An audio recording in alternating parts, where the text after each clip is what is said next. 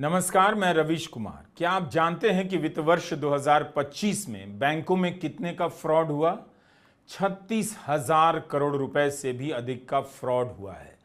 आपका पैसा किस तरह से उड़ जा रहा है, इसे रोकने को लेकर इस समय बहस का यह सबसे अर्जेंट टॉपिक होना चाहिए। 2024 में 12,000 करोड़ से अधिक का बैंक फ्रॉड हुआ है। आप घर बैठे हैं, आपके खाते में डकैती पड़ जाती है। अब आपको यह भी जानना चाहिए कि जितने भी फ्रॉड हो रहे हैं उनका संबंध डिजिटल पेमेंट से ही है।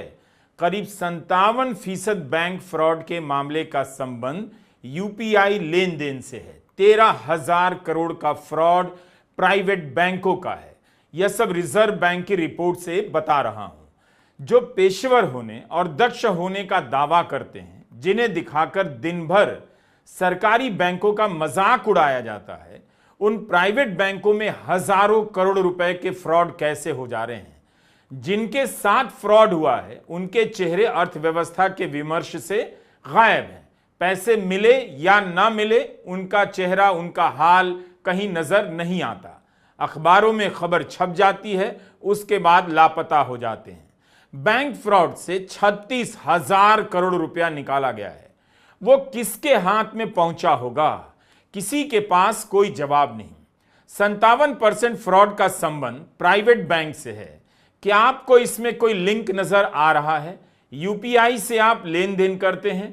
बैंक फ्रॉड में यूपीआई का हिस्सा 57% है। इसमें से भी 60% फ्रॉड प्राइवेट बैंक से संबंधित है। तो किसी जासूस को पता करना चाहिए कि इस लूट में कौन कौन शामिल हो सकता है। जरूरी है कि हम बैंक फ्रॉड के खेल को नए सिरे से समझें। ऐसी खबरों को लेकर देश में बातचीत हो। समझ बने कि डिजिटल करेंसी आगे जाकर आम जनता के जीवन को आजादी देने वाली है या सरकार के कंट्रोल करने का नया रास्ता बनाने वाली है। रातों रात आपके खाते का पैसा किसके इशारे पर उड़ा दिया जाएगा? क्या यह मात्र कल्पना है या पता कीजिए दुनिया में कहीं ऐसा हो तो नहीं रहा। कनाडा में एक बार ऐसा हो चुका है। फरवरी 2022 में फ्रीडम कॉन्वॉय प्रोटेस्ट चल रहा था। वहां के प्रधानमंत्री जस्टिस ट्रूडो ने ही धमकी दे दी कि बैंक खाते फ्रीज कर दिए जाएंगे। सरकार ने कोर्ट से आदेश भी नहीं लिया और कुछ समय के लिए बैंक खाते फ्रीज कर दिए गए। कभी आपने सोचा कि प्रदर्शन में जाने पर बैंक खाते फ्रीज किए जा सकते हैं? इसलिए देश और दुनिया से बेखबर मत रहा कीजिए। इससे पहले कि घर घर में हाहाकार मच जाए, समय आ गया है कि हम अर्थव्यवस्था और उसके भीतर अवसरों की सच्चाई का कठोरता से सामना करें और आंकड़े के खेल को समझें। 2024-25 में यूपीआई के जरिए लेन देन की राशि 260 लाख करोड़ तक पहुंच गई है। यह आंकड़ा बहुत बड़ा है, लेकिन यूपीआई से किस स्तर का पेमेंट हो रहा है यह भी जान लीजिए। विवेक कौल ने न्यूज लॉन्ड्री में लिखा है कि 50% पेमेंट 200 रुपए से कम के हैं और 75% पेमेंट 100 रुपए से कम के हैं। यानी जो लोग यूपीआई से पेमेंट कर रहे हैं वो 150 रुपए की लेन देन कर रहे हैं। इनकी आर्थिक क्षमता बहुत ज्यादा नहीं होगी। सवाल है कि निचले तबके के लोगों के 50-100 रुपए के पेमेंट को जोड़कर क्या इसे अर्थव्यवस्था की बड़ी कामयाबी बताई जा सकती है? तकनीक की कामयाबी हो सकती है, लेकिन क्या यह अर्थव्यवस्था की भी सफलता है? एक और बात है, इससे पता चल रहा है कि जिनके हाथ में पैसा नहीं, कम से कम पैसा है, वही यूपीआई का ज्यादा इस्तेमाल कर रहे हैं। वो अगर नहीं भी करते तो भी यह उनकी मेहनत का पैसा था, इतना ही खर्च कर पाते। अब आप दूसरा आंकड़ा देखिए, रिजर्व बैंक का ही है। कैश का चलन भारत में कम नहीं हुआ। नोटबंदी के पहले कैश का चलन जीडीपी का 12% से अधिक था, जो अब 11% से अधिक हो चुका है, यानी करीब करीब बराबर ही। 2016 में cash in economy 13 lakh crore था, जो अब बढ़कर 38.41 लाख करोड़ हो गया है। मतलब नोटबंदी का कोई फायदा नहीं हुआ, कैश का चलन घटा नहीं। जब सरकार कैश के बदले यूपीआई को प्रोत्साहित कर रही है तो इस तादाद में कैश का चलन क्यों बढ़ रहा है? कौन खेल खेल रहा है इतने कैश से? क्या गद्दे के नीचे, दरवाजे के पीछे कैश रखने का दौर कभी खत्म ही नहीं हुआ? लोगों को झांसा दिया गया कि भ्रष्टाचार मिटा दिया गया है, कैश घटा दिया गया है। कैश कैसे बढ़ गया, इस सवाल का जवाब देना चाहिए। कौन लोग हैं जो 50-50 रुपए का पेमेंट यूपीआई से कर रहे हैं और कौन लोग हैं जो लाखों करोड़ रुपए का पेमेंट कैश से कर रहे हैं। यूपीआई के आंकड़े से हमें यह तो पता चलता है कि 260 लाख करोड़ का पेमेंट हुआ है, लेकिन उसका भी यही सच है कि 100-200 रुपए का पेमेंट हो रहा है। लेकिन कैश का सच क्या है? रियल एस्टेट से लेकर किस धंधे में इसकी खपत हो रही है? इसका मतलब है कि आज भी कुछ लोगों के हाथ में बहुत सारा कैश है, उन्हीं के पास बेहिसाब दौलत है और उसका बड़ा हिस्सा काला धन भी हो सकता है। कुछ ही दिन पहले दिल्ली हाईकोर्ट के तत्कालीन जस्टिस यशवंत वर्मा के घर पर कैश में आग लगने की खबर आपने सुनी थी, आई थी। सुप्रीम कोर्ट के 3 जजों की कमेटी की रिपोर्ट इस पर आ गई है। कमेटी ने जांच की है। मीडिया में इसे लेकर थोड़े थोड़े समय के बाद खबरें छप रही हैं, कुछ यहां कुछ वहां। अब खबर आई है कैश मिला था, मगर यह खबर नहीं आ रही कितना कैश रहा होगा, इसकी जानकारी नहीं। ओडिशा के एक चीफ इंजीनियर बैकुंठ नाथ सारंगी के घर से 2.5 करोड़ रुपए का कैश बरामद हुआ है। इतना कैश था कि कुछ कैश घर के बाहर भी फेंका गया। ओडिशा में ही ईडी के उपनिदेशक चिंतन रघुवंशी को गिरफ्तार किया गया। इन्होंने छापा मारा एक व्यवसायी के घर और उसी केस में राहत देने के लिए 50 लाख रुपए की रिश्वत भी मांगी। 20 लाख रुपए की पेशगी के समय अरेस्ट हो गए। लेकिन आप या हम नहीं जानते कितने लोग, जिनकी संख्या कुछ हजार में हो सकती है या कुछ लाख में हो सकती है, कैश के ढेर पर बैठे हैं। कैश किसके यहां जमा है, इसे लेकर मासूम बनने की जरूरत नहीं। मोदी सरकार में भ्रष्टाचार बेतहाशा बढ़ा है। रिजर्व बैंक की रिपोर्ट है कि 500 रुपए के नकली नोट का चलन 37% बढ़ गया, वरना उनके सहयोगी आंध्र प्रदेश के मुख्यमंत्री चंद्रबाबू नायडू प्रधानमंत्री मोदी से यह मांग नहीं करते कि 500 से लेकर 1000-2000 के नोट को पूरी तरह बंद कर दिया जाए, इनकी नोटबंदी की जाए और डिजिटल करेंसी लागू हो। नीति आयोग की बैठक में नायडू ने यह सुझाव दिया कि कैश का चलन बंद होगा तो राजनीतिक और सार्वजनिक जीवन से भ्रष्टाचार खत्म होगा। नोटबंदी फेल हो गई, फिर भी नोटबंदी की बात हो रही है। भ्रष्टाचार दूर नहीं हो रहा, लेकिन दूर करने का सपना मासूम जनता के बीच बेचा जा रहा है, क्योंकि बिक जाता है। आपको याद होगा, नोटबंदी के बाद काला धन विरोधी दिवस मनाया गया। अब उसका क्या हुआ? क्या भुला दिया गया? कभी आपने पूछा भी है? पूछ लिया कीजिए। डिजिटल करेंसी का एक खतरा आप रोज देख रहे हैं। जरा सी चूक करते हैं, बैंक से पैसा गायब हो जाता है। इसमें दोषी आपको ही बता दिया जाता है, लेकिन यह धंधा कितना बड़ा हो गया है, आपका पैसा सुरक्षित नहीं। 36,000 करोड़ रुपए का बैंक फ्रॉड कोई मामूली बात नहीं। प्रधानमंत्री मोदी के समय ही इस तरह का बैंक फ्रॉड बढ़ा और इसे खत्म करने में उनकी सरकार पूरी तरह नाकाम साबित हुई। कोई अभियान नहीं कि इसे जड़ से मिटा दिया जाए। तो आप इसी से जान जाइए कि गरीब आदमी के पास ईमानदार होने के अलावा दूसरा रास्ता नहीं। इसीलिए वह 100-200 रुपए का पेमेंट यूपीआई से कर रहा है और सत्ता से किसी भी तरह से जुड़े लोगों के पास बेईमान होने के असीमित अवसर हैं। उनकी बेईमानी का ओर छोर पता नहीं चलता। तो यह है भारत की अर्थव्यवस्था की कड़वी सच्चाई। 2 तरह के आंकड़े अखबार में आए हैं। एक आंकड़ा बता रहा है कि जनवरी से मार्च की जीडीपी 7.4% रही है, जिसके कारण इस पूरे वित्त वर्ष की जीडीपी 6.5% हो सकती है।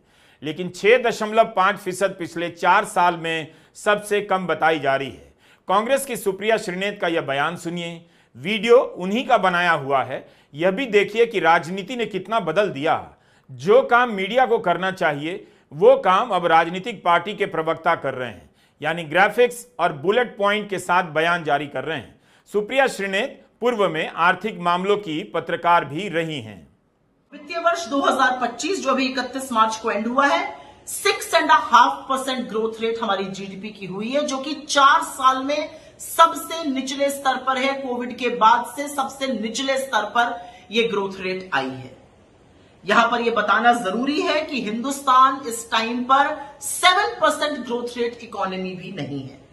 हमारी ग्रोथ रेट फिस्कल ईयर 25 में 6.5% आई है, इसके पहले वाले साल में 9.2% थी, फिस्कल ईयर 23 में 7.6% थी, फिस्कल ईयर 22 में 9.7% थी। तो हमारी ग्रोथ रेट 4 साल में सबसे निचले स्तर पर आई है। इसका पूरा प्रभाव निवेश पर, कंजम्पशन पर, जॉब्स पर, इकोनॉमिक एक्टिविटी पर पड़ता है। क्या ग्रो कर रहा है? एग्रीकल्चर हर बार की तरह संजीवनी साबित हुआ। पूरे साल में एग्रीकल्चर की ग्रोथ रेट करीब 4.6% रही, जो पिछले साल उसके मुकाबले 2.7% ही थी। लास्ट तिमाही में एग्रीकल्चर की ग्रोथ रेट 5.4% थी, जो कि पिछले साल के लास्ट क्वार्टर में मात्र 0.9% थी। तो दिक्कत कहां है? दिक्कत है मैन्युफैक्चरिंग में। इतना पीआर स्टंट, इतनी सारी स्कीम, इतने सारे स्लोगन, और उसके बाद भी हमारी फैक्ट्रीज में उत्पादन नहीं हो रहा है। फिस्कल ईयर 25 में मैन्युफैक्चरिंग की ग्रोथ गिरकर 4.5% पे आ गई, जो कि उसके पिछले साल के मुकाबले 12.3% थी। लास्ट क्वार्टर में मैन्युफैक्चरिंग की ग्रोथ रेट गिरकर 4.8% हो गई, जो कि 24 के लास्ट क्वार्टर में 11.3% थी। लगातार मैन्युफैक्चरिंग गिर रही है, हमारी फैक्ट्रीज में उत्पादन नहीं हो रहा, और इसीलिए इतने सारे लोग बेरोजगार आपको दिखते हैं। आपको एक बात बताई जाएगी कि Q4 में तो हमने क्या स्टनिंग ग्रोथ करी है, 7.4%। इस बात को सुनिएगा और फिर अब आगे की बात समझिएगा। Q4 में 7.4% ग्रोथ रेट थी, Q3 में 6.4 थी, Q2 में 5.4 थी, और Q1 में 6.7 थी।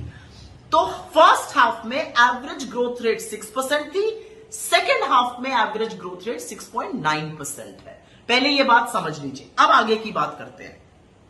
Q4 पर क्यों नहीं ढोल बाजे नहीं बजने चाहिए? क्योंकि ये मिसलीडिंग है, और ये मिसलीडिंग इसलिए है क्योंकि अगर आप Q4 का जीडीपी देखिएगा तो 7.4% ग्रोथ रेट है, लेकिन अगर Q4 का जीवीए देखिएगा तो वो 6.8% पर ही ग्रो हुआ है। ऐसा क्यों हुआ है? ऐसा इसलिए हुआ है क्योंकि सब्सिडी फोर्थ क्वार्टर में 45% डाउन है, और गवर्नमेंट स्पेंडिंग चौगुनी हुई है।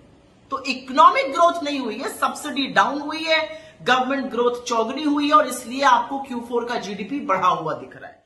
कांग्रेस का कहना है कि वास्तविक वृद्धि हो रही होती तो जमीन पर भी दिखाई देती, जो नहीं दिख रही। इस बीच एक और खबर आई है। 10 साल से यही हो रहा है।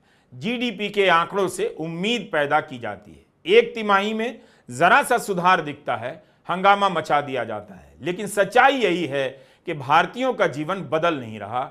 अर्थव्यवस्था किसी तरह रेंग कर आगे बढ़ती जा रही है। प्रधानमंत्री बिहार गए, 20 साल कम नहीं होता। वहां पर 20 साल से नीतीश कुमार मुख्यमंत्री हैं। करीब 48% लोग बिहार में 20,000 रुपए से भी कम कमाते हैं। 34.13% यानी 94 लाख परिवार महीने में 6,000 रुपए से भी कम कमाते हैं। 50,000 से अधिक कमाने वाले बिहार में 4% से भी कम हैं। इतना बड़ा राज्य और उसकी आर्थिक हालत की यह तस्वीर। नीतीश कुमार की सरकार ने ही 2023 में जाति गणना कराई थी और उसकी रिपोर्ट पेश की। इस सर्वे में बताया गया है कि 95% से अधिक बिहार के लोगों के पास यातायात का अपना कोई साधन नहीं। बिहार की आबादी 13 करोड़ से कुछ अधिक है, और 12.48 करोड़ के पास परिवहन का कोई साधन नहीं। केवल 0.44% के पास ही 4 पहियों वाली गाड़ी है। आर्थिक विकास की बात नहीं होती, इसीलिए 20 साल से विकास के नाम पर केवल सड़क, फ्लाईओवर और स्टेशन की रंगाई पुताई से नेता अपना भाषण पूरा कर ले रहे हैं। बिहटा एयरपोर्ट पर भी 1400 करोड़ रुपए का निवेश हो रहा है। साथियों, बिहार में आज हर तरफ 4 लेन और 6 लेन सड़कों का जाल बिछ रहा है। पटना से बक्सर, गया जी से डोभी, पटना से बोध गया जी, पटना, आरा, सासाराम, ग्रीनफील्ड कॉरिडोर, हर तरफ तेजी से काम हो रहा है। गंगा, सोन, गंडक, कोसी समेत सभी प्रमुख नदियों पर नए पुल बनाए जा रहे हैं। हजारों करोड़ की ऐसी परियोजनाएं बिहार में नए अवसर और संभावनाओं का निर्माण कर रही है। इन प्रोजेक्ट से हजारों युवाओं को रोजगार मिलेगा। विकास दिखे इसलिए स्टेशनों की रंगाई पुताई सजावट की जा रही है ताकि लगे कुछ हुआ है। लोगों का जीवन लेकिन कम बदल रहा है। कब तक बिहार सड़क निर्माण के आईने में ही अपना चेहरा देखता रहेगा? कब देखेगा कि उसके कॉलेज कबाड़ में बदल चुके हैं, वहां से केवल पलायन के लिए एक सर्टिफिकेट मिलता है, पढ़ाई खाक हो चुकी है। सोचिए, इतनी बड़ी अर्थव्यवस्था बनने का स्वांग कर रहे हैं और बिहार की 13 करोड़ आबादी में से 12 करोड़ लोगों के पास कंप्यूटर या लैपटॉप नहीं है। यह जाति गणना की रिपोर्ट में यह सब आया है। कब तक हम इस सच्चाई से भागते रहेंगे? कितने साल और धार्मिक मुद्दों पर राजनीति कर लेंगे? कभी ना कभी इन सवालों पर लौट कर आना होगा। जब तक हिंदी प्रदेश के एक जागरूक प्रदेश का यह हाल रहेगा, बाकी राज्यों का क्या हाल होगा आप कल्पना कर सकते हैं। नेशनल स्टैटिस्टिक्स सर्वे एनएसओ की एक रिपोर्ट आई है। इसके अनुसार भारत के ग्रामीण इलाकों में आधी महिलाओं के पास अपना फोन नहीं है। 15 साल से ऊपर की 51.6 महिलाओं के पास मोबाइल फोन नहीं है, जबकि 80% मर्दों के पास फोन है। इसका एक मतलब यह भी हुआ कि महिलाओं के पास सूचना और मनोरंजन दोनों के साधन नहीं है, स्वतंत्र रूप से संपर्क के भी साधन नहीं है। उन्हें पता ही नहीं कि देश में, दुनिया में क्या हो रहा है।